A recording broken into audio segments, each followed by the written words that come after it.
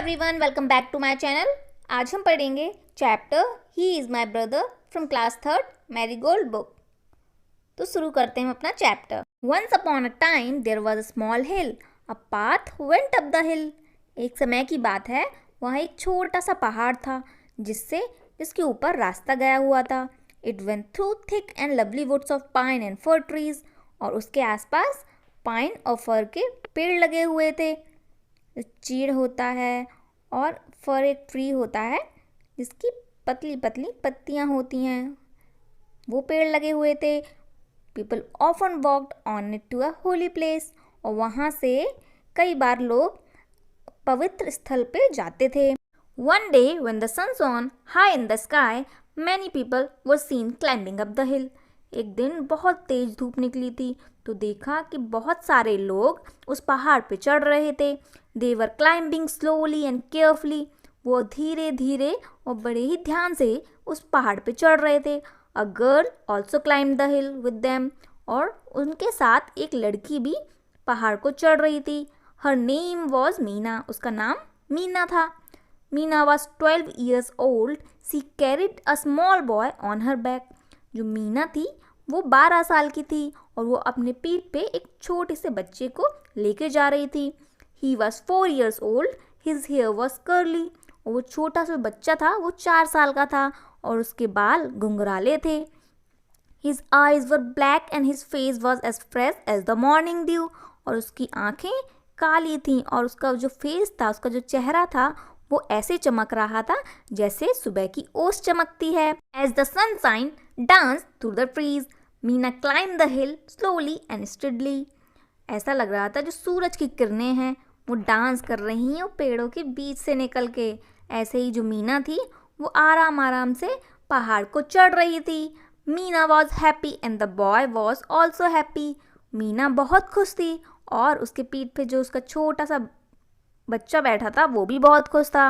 A man in the group looked at Meena. He felt sorry for her. He asked her, my child, why are you carrying a boy on your back? Don't you feel his load? तो उस group में जो इतने सारे लोग जा रहे थे, उसमें से एक आदमी ने मीना को देखा, और उसको मीना को देख के बहुत बुरा लगा, और उसने उससे जाके पूछा, मेरे बच्चे, तुम इस जो बच्चे को पीठ में बैठा के ले जा रहे हो, तुमको इसका वजन नहीं लग रहा? Meena looked at him in wonder. She could not understand him.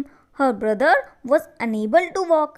तो मीना ने उस आदमी को बहुत ही आश्चर्य से देखा, क्योंकि उसको उसकी बात समझ नहीं आई, क्योंकि उसका भाई बहुत छोटा था और वो चल नहीं सकता था। Meena asked, Lord, of course not, he is my brother. तो मीना ने बोला कि लॉर्ड मतलब वजन? बिल्कुल नहीं, वो मेरा भाई है। मतलब उसके लिए कोई एहसान नहीं है। जैसे हम अपने लिए कुछ करते हैं, वैसे ही हम अपने फैमिली मेम्बर्स के लिए भी करते हैं। तो ये थी स्टोरी। आई होप आपको अच्छी लगी हो। अब हम इसके न्यू वर्ड्स देखते हैं। अंडरस्टैंड, अंडरस्टैंड का मतलब होता है समझना। क्लाइम्ड, क्लाइम्ड का मतलब होता है चढ़ना। होली, होली का मतलब होता है पवित्र। स्लोली का मतलब धीरे। सॉरी का मतलब होता है बुरा फील होना, या तो एक सॉरी वो भी होता है माफ़ी करना। लोड का मतलब होता है भार या वजन। ठीक है, अब हम इसके क्वेश्चन आंसर्स देखेंगे। तो फर्स्ट क्वेश्चन है, where were the people going? जो लोग थे वो कहाँ जा रहे थे? तो आंसर होगा, the people were climbing a small hill to go to a holy place. वो उस छोटे से पहाड़ पर चढ़ के एक पवित्र स्थल पर जा रहे थे। अब सेकंड क्वेश्चन है, व्हाट डिड द मैन से टू मीना? जो आदमी था उसने मीना को क्या बोला था?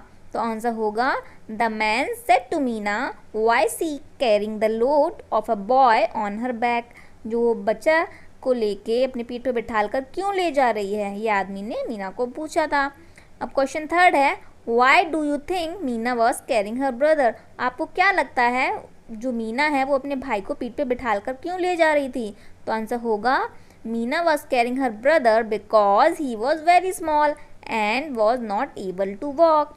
वो उसको अपने भाई को पीठ पे बिठा के इसलिए ले जा रही थी क्योंकि वो बहुत छोटा था और वो चल नहीं सकता था। ठीक है, अब नेक्स्ट देखते हैं टॉक टाइम। अब टॉक टाइम में क्या पूछा है? Choose the correct answer. अब आपको इसमें करेक्ट आंसर को चूज करना है। व्हाट वेंट अप द हिल? तो जो पहाड़ के बीच से क्या निकला हुआ था? तो आंसर होगा ए, अ पाथ। ठीक है। अब सेकंड क्वेश्चन है what is the name of the girl in the story. तो स्टोरी में जो लड़की थी उसका क्या नाम था?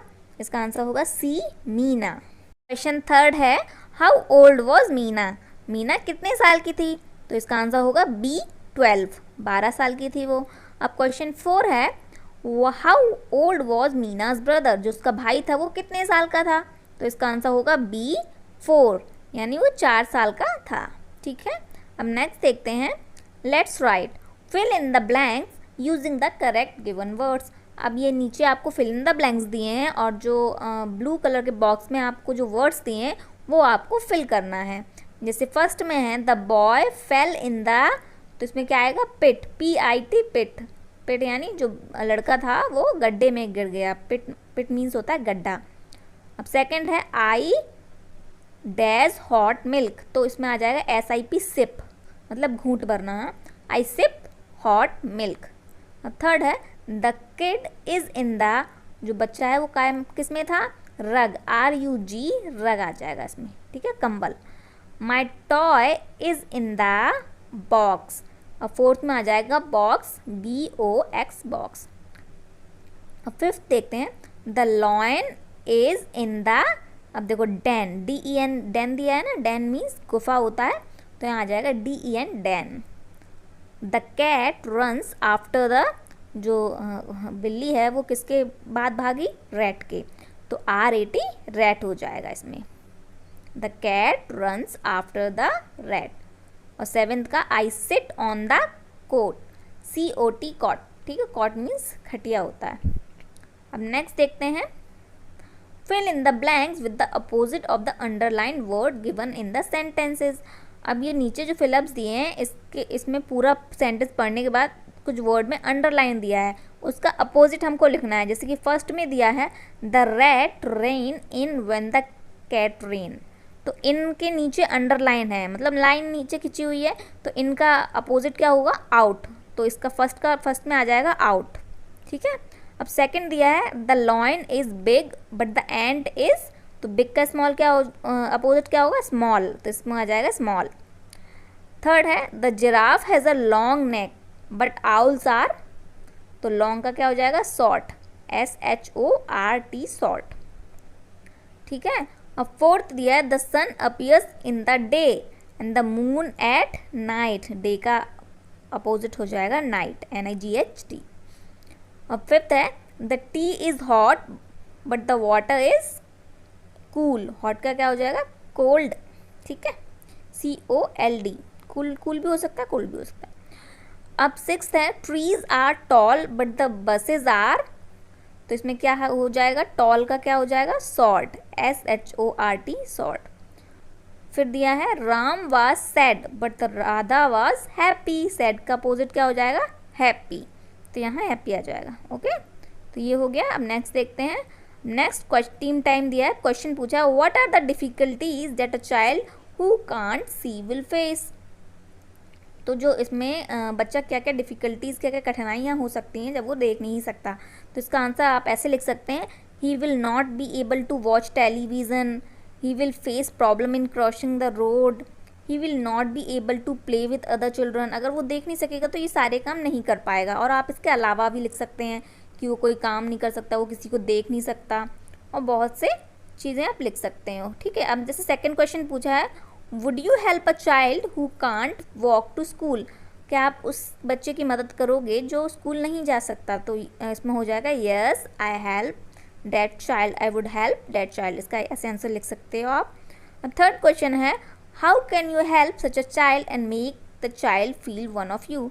आप उस बच्चे की कैसे मदद कर सकते हो और कैसे उसको अच्छा फील करा सकते हो, तो इसको ऐसे लिख सकते हो आप I will give him support so that he may not feel any problem in reaching the school।